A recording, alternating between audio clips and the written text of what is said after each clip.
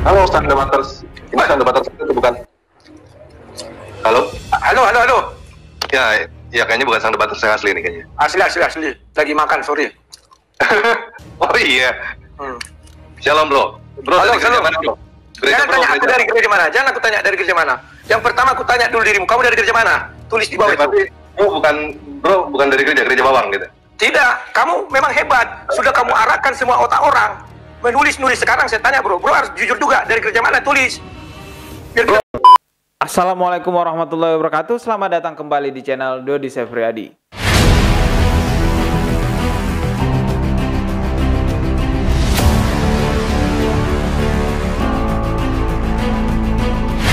Seperti biasa di channel ini aku akan membahas hal-hal unik, menarik, bahkan menyeramkan. Namun sebelum kita mulai videonya, silahkan klik tombol subscribe di bawah dan klik juga loncengnya sebagai notifikasi agar ketika saya mengupload video terbaru kalian mendapatkan pemberitahuan. Sekarang aku akan mengajak kalian untuk melihat bersama sebuah video yang menjelaskan tentang kesesatan tanpa ragi. Sebenarnya ini adalah video lama sekitar 5 bulan yang lalu yang sudah diupload. Tetapi karena ini penting sekali untuk diketahui, maka saya mengajak kalian untuk melihatnya bersama. Mungkin di antara kalian ada yang sudah menonton video ini dari channel lain, tapi bagi kalian yang belum menonton video ini penting sekali guys. Langsung aja coba kita akan simak bersama ya. Videonya cukup panjang, jadi santai-santai aja nyimaknya. Ya sambil minum-minum juga nggak apa-apa. Gunakan handset agar lebih jelas terdengar suaranya. Langsung aja kita mulai. 1, 2, 3. Halo, assalamualaikum. Ketemu lagi dengan Suara Samara di channel TV Jurnal. Sekarang ini zamannya di mana influencer medsos lebih dipercaya ketimbang menyimak dan memahami pendapat pakar di bidangnya. Misalnya, rohaniawan instan atau ulama instan kerap lebih diamini dan diikuti oleh umat yang kerap tak kritis. Fenomena ini pun melanda kaum Kristiani yang kerap mengikuti YouTuber yang seolah berapologetika, membela iman Kristen. Tapi ketika ditelusuri ternyata mereka hanya latah dan mengikuti tren yang ada. Sampai-sampai seorang pakar bahasa Ibrani dan Biblika, yaitu Burita Wahyu, angkat bicara. Tanpa ampun beliau yang juga seorang nasionalis menghardik kaum anti kata Allah lewat videonya di YouTube. Burita Wahyu mengatakan bahwa orang yang menolak dan merendahkan kata Allah itu sebenarnya menista Elohim atau Tuhan. Jawabannya sangat makjelab karena Tuhan menyatakan diri lewat kata-kata dalam rumpun bahasa Semitik baik Ibrani, Aramaik, dan Arab. Jadi menista nama Allah sama saja menista Elohim. Benar juga. Salah satunya yang mau penulis soroti adalah channel anonim yang bernama Kristen Tanpa Ragi. Ini channel kondang yang memiliki banyak pendukung karena dianggap pembela kekristenan. Tapi makin kesini makin terkuak topeng atau jubah yang dikenakannya. Dari kontennya terkuak, logika dan ajaran serta integritasnya meragukan dan patut dipertanyakan. Simak dulu apa yang menjadi alasan penulis. Pertama, ada 3 konten video yang dibuatnya secara masif dan sistematis, memaksa umat Kristen untuk membuang kata Allah. Siapa loh? Lantas solusinya, dia minta untuk pakai kata penguasa dewata atau dewa. Lalu dia menarik konsep atau pemikiran kata Allah itu di Al-Quran ke dalam Alkitab. Jelas ini kesesatan berpikir. Ini yang disebut oleh Burita Wahyu, yaitu sentimen yang sangat tinggi terhadap agama yang diserangnya, yaitu agama Islam. Saking keasyikan menyerang, maka dia pun terhanyut, tenggelam dalam kebencian. Kan ngaco? Ini yang jadi problem serius. Menurut Burita Wahyu, orang seperti itu kurang belajar. Tepat sekali. Dan penulis tambahkan, kurang ajar.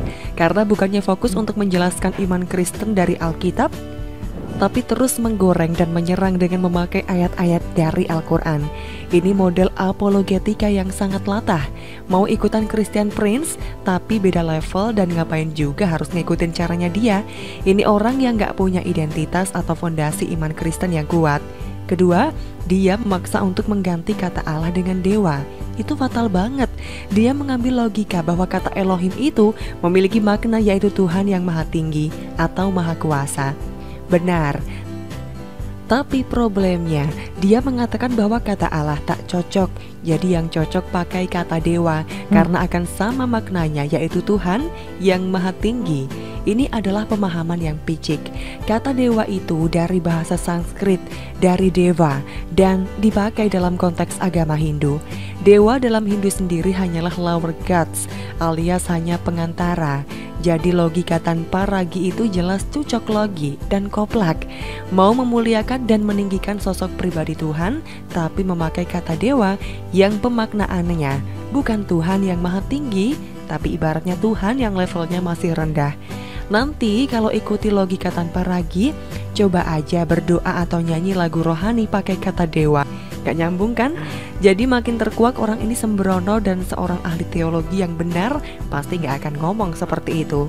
Ketiga, tanpa ragi itu menunjukkan dirinya arogan karena meremehkan para pakar Alkitab dan Alkitab LAI atau Lembaga Alkitab Indonesia. Dia mengutip pandangan para pakar biblika yang handal macam Pak Dr. Bambang Nursena dan Dr. Anwar Chan dari LAI yang diakui di dalam dan di luar negeri soal asal-usul kata Allah. Tapi dia malah meremehkan dan memakai logika sendiri. Secara ilmuwan, dia mengakui secara historis kata Allah dalam rumpun bahasa Semit, tapi dia tetap menolak. Bahkan Alkitab versi LAI itu dia remehkan. Dia menyindir mereka yang masih menggunakan Alkitab LAI. Jelas orangnya sangat arogan, tak mau belajar, serta tak mau mengapresiasi atau menghormati mereka yang menekuni biblika dengan pengetahuan teologi dan sampai ke bahasa asli Alkitab. Ini kan ngawur banget. Keempat, dia masih bertanya ke netizen, gereja mana yang cocok untuk dia bergereja? Ini adalah pertanyaan konyol. Sudah membahas bolak-balik ajaran Alkitab, tapi ternyata masih belum punya pegangan. Ini hal yang mendasar loh. Jangan-jangan dia sendiri tak bergereja, melihat dirinya yang tak mau tunduk pada otoritas, tak mau menerima ajaran sehat dan menggunakan logikanya sendiri. Mudah ditebak, orang ini sebenarnya tak bergereja atau tak mau tunduk dalam komunitas dalam gereja. Gerejanya ya channelnya itu. Kelima, dia berani mengklaim bahwa kekristenan itu sebenarnya hanya jualan agama. Ini jelas klaim yang sesat dan mengeneralisasi. Memang fakta ada juga oknum-oknum yang memakai agama, termasuk dalam kekristenan untuk mengeruk keuntungan. Tapi ketika dia menyimpulkan secara sepihak, maka orang ini sebenarnya sedang mendegradasi dan merongrong kekristenan dalam, mengadu domba orang Kristen dengan logika 1000 lidah macam pemimpin kondang di DKI.